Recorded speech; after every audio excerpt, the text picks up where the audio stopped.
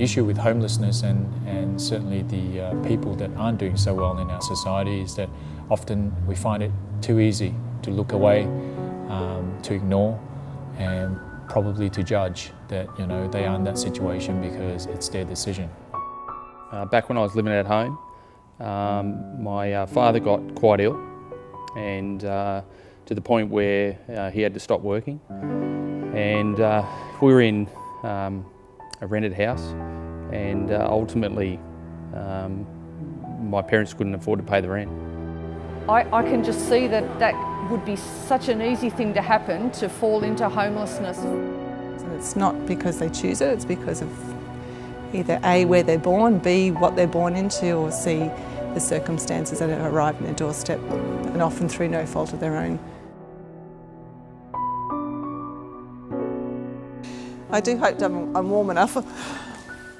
This is going to give me an experience of what it is like sleeping on concrete out in the elements. Although we're under a concrete awning, it's still going to be quite cold, and I imagine it's going to be uncomfortable. I can only imagine what it must be like to actually do this night after night after night. Obviously sleeping on a hard ground like that is going to be a bit painful for your body. I know what it's like to look after people who are struggling, are having difficulties making ends meet, and who end up in trouble, for one reason or another. So the testimony we heard tonight from the panellists, the homeless men who live at Matthew Talbot House, it's very real, and it's scary that it's so real. I feel that a lot of these homeless people especially, and people that aren't as fortunate as us, were probably once kids too.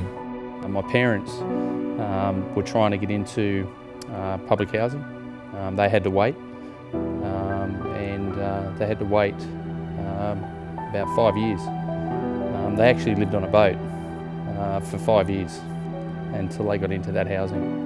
So for me, I think it was very, very close for us as a family that we could have ended up in that position.